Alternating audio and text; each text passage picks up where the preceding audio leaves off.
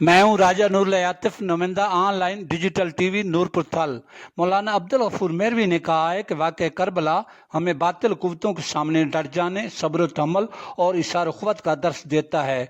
इन ख्यालात का इज़हार उन्होंने जामे मस्जिद मदनी खिजरा घलुआ वाली में सालाना जलसा सीरत शुहदाए करबला से खिताब करते हुए किया, जिसकी सदारत जमात अहले सुन्नत नूरपुर थल के रहनुमा मलिक हाजी गुलाम कासिम घल्लू ने की।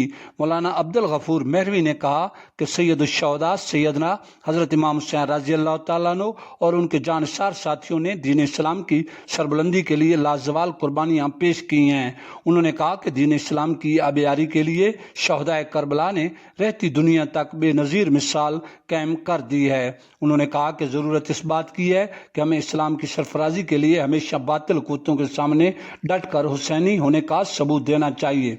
मौलाना अब्दुल गफूर मेहरवी ने सालाना जलसा सीरत शुहदाए करबला के बेहतरीन इनेकाद पर मुंतज़मीन जलसा माहर हाजी मोहम्मद असलम साकी, मलक अल्लाह रिता कंवल जूता, सूफी मोहम्मद हुसैन नक्शबंदी और इनके मुआनिन की कोशिशों को बहुत सराहा।